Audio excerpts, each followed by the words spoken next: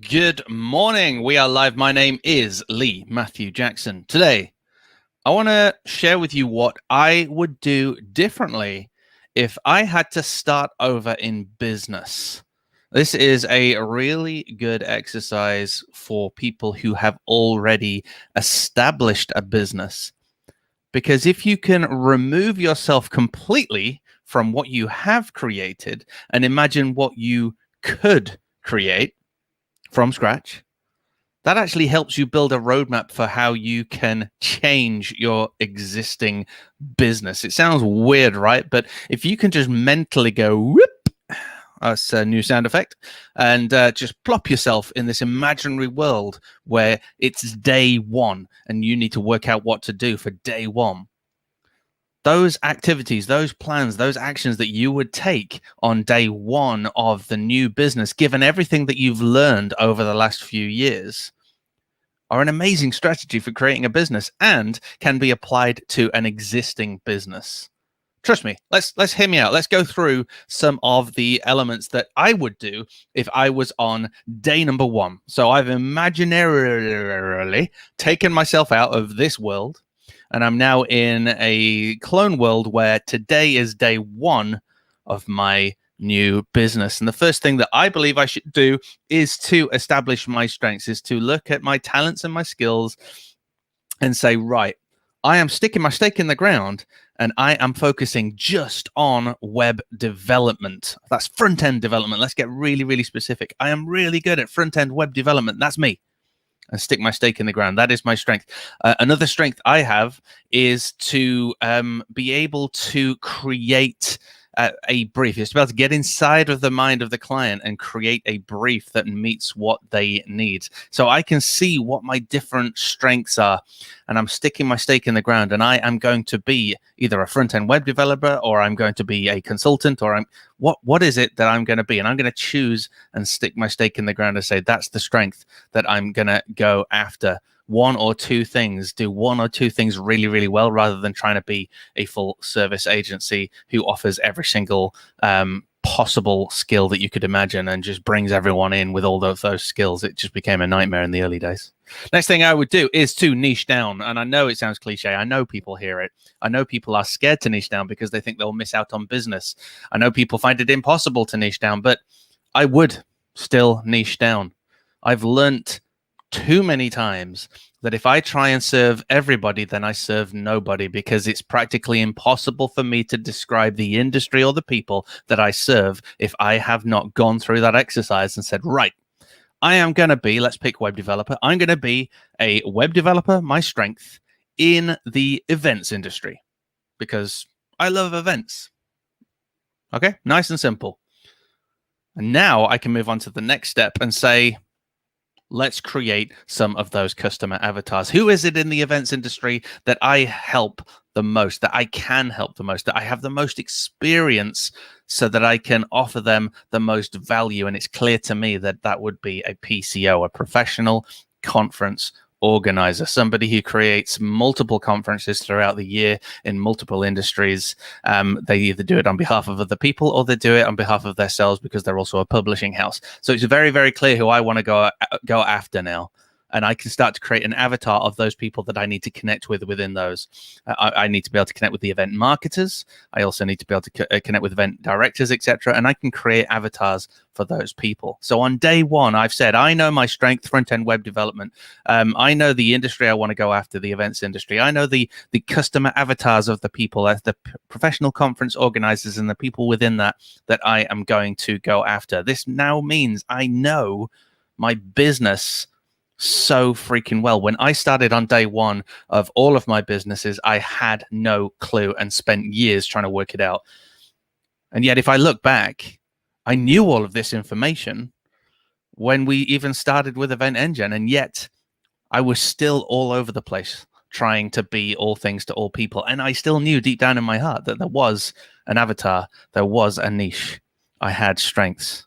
Next thing I would do is show up in the right places. If you know your identity as a business, you've got your strengths, your avatar, your niche, etc., then you know where to show up. You can start working out where they hang out. So for me, I started hanging out online where professional conference organizers hang out, and also going to events where they go. There are event tech conferences. There are all sorts of different online events, physical events, and physical networking spaces that I could go to build up relationships, because I knew who it was that I was serving and what I was serving and the value I was providing for them. I knew where to go and show up. Showing up in the right places for me meant creating content as well. So I'm building up this this position of authority and trust and value by providing lots of free content and putting one free piece of content out every single week. Showing up in the right places could also mean showing up on social media with targeted ad campaigns, etc. As long as you know who it is that you are focusing on, what problems you're solving for those people, then you can work out where to show up. It's that identity is what I should have done when I first started my business, and I didn't. That is all of that is what I would do on day one, so that I would then know where to show up and what my messaging should be. To continue to grow the business, the next step I would do is to partner with other businesses within the same industry. And that's what we do in the events industry. I know companies that can cover all sorts of different that includes people who will do audio, visual, broadcast production, boots on the ground, registration, apps, all sorts of different hyper-focused, hyper-specialist skills. And because we've built up all of these relationships, we're able to share business with each other. When the app developer gets involved in a conference, he would be recommending us as Event Engine. Likewise, if we're involved in a web build and somebody says, can we have an app for this event? We can bring the app developer in. And that's something, again, I wish I'd done years and years ago. And it's certainly something I'd be doing in the early days of a brand spanking new business. Another thing I would do, and I did this the wrong way around, I employed people too fast rather than building up contractor relationships. If I'd have started off with contractors first, I could have built solid relationships. And right now we've got contractors who've worked with us for 10 years plus, which is amazing. But also I would have learned an awful lot from those contractors and been able to build and establish decent processes before I brought in employees. So again, early days in a business, instead of employing people, next time I would have built contractor relationships and then built a better solid foundation, better documentation, etc., before I then committed to employees. And remember, it's our responsibilities as employers to create a healthy business and to create systems and processes that our employees can come in and perform. We're responsible to our clients to be there. We're responsible to our employees to be there as well, because that's their job and that is their livelihood. So for me, starting off with contractors really should have been the point. And that's what I would do if I was starting over, building up and establishing some systems, some processes, and then employing when things are ready to rock and roll and when I felt like the business was on a firm foundation. There are way more, but I'm going to share one last thing, and that is create culture from day one. Even if I started a business on my own, the culture I should have been creating should have been one of some fixed hours. And I know that's hard, especially when you're in a brand spanking new business and you feel like you have to overservice everything. But I should have established working hours.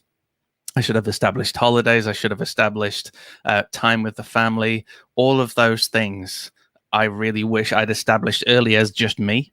And then I can continue to establish that culture of respect, of love, of patience, of family, all of that sort of stuff, then with my contractors, and then have that blossom out and widen as I grow my team. So creating culture from day one, knowing what your values are, I think are really ridiculously important. So let's do a very quick recap.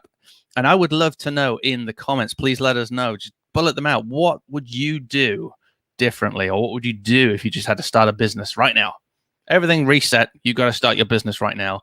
Learning the lessons of business that you have. What would you do? Let us know in the comments. For me, I would establish what my strengths are. So I would hone in, stick my stake in the ground and say, I'm going to go after front-end web development. I would niche down to a particular industry. I've got a passion, have done for donkey's years in the events industry. So, hey, stick that stake in the ground again. Let's go after the events industry. I'm then going to create my customer avatars. And I know very well the professional conference conference organizers, who's involved in them, how they get set up, etc. So I'm going to create avatars for those professional conference organizers. Next, I'm going to show up in the right places because I know where they show up, and I'm also going to show up with content and value for those people to help them and add value into their businesses. I'm going to then start partnering with people within the same industry who have complementary skills. I'm going to grow slowly, and I'm going to grow with contractors so I can build up good working relationships, good systems, and good processes. And I will always make sure that I establish a good culture from day one. Let's take a look at the comments. We have got, Nick Gulick says, identify a target audience and specific problem I solve for them, then start crafting content to help them. Correct. No, I mean, yes. Well done. That is freaking awesome. You should really check out Nick's course as well. Nick, please share a link in the comments, because Nick sells by helping and has even created a course to help you sell by helping. Helping is something that we do naturally. So it's actually the helping that becomes the sales, rather than us thinking we have to be good at sales. So it's a really, really good way of looking at the sales process. So take a look at that. Jamie Hill says, this is a great question. I would also not be scared to go to the big players in my niche. Yeah, mate, good one. Number one thing I would do is spend more on marketing. Step two, find out what I'm good at, my sweet spot, and hire others who do what I am not good at. That's a very good point with regards to hiring people that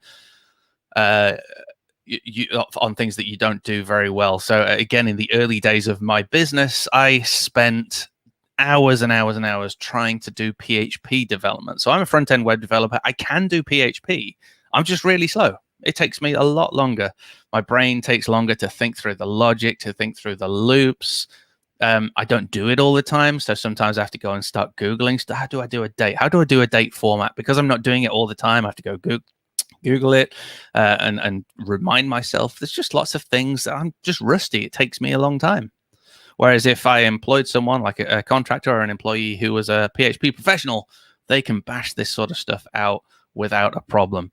And that is certainly something that I did right when I launched Lee Jackson Limited. I actually hired Karthik on day one. He joined me as the PHP legend. And he's still with us to this very day. So shout out to Karthik. You're freaking awesome. Love you. All right. Have we got any more comments? I hate promoting, but since you asked, nickgulick.com/sell-by-helping-course. Don't hate promoting, mate. If it's helping and I've asked you to, there's nothing to hate. Right, folks, if you got this far and you got to the replay, please type in the word replay. If you got this far and you're watching the replay, that question is still valid. What would you do?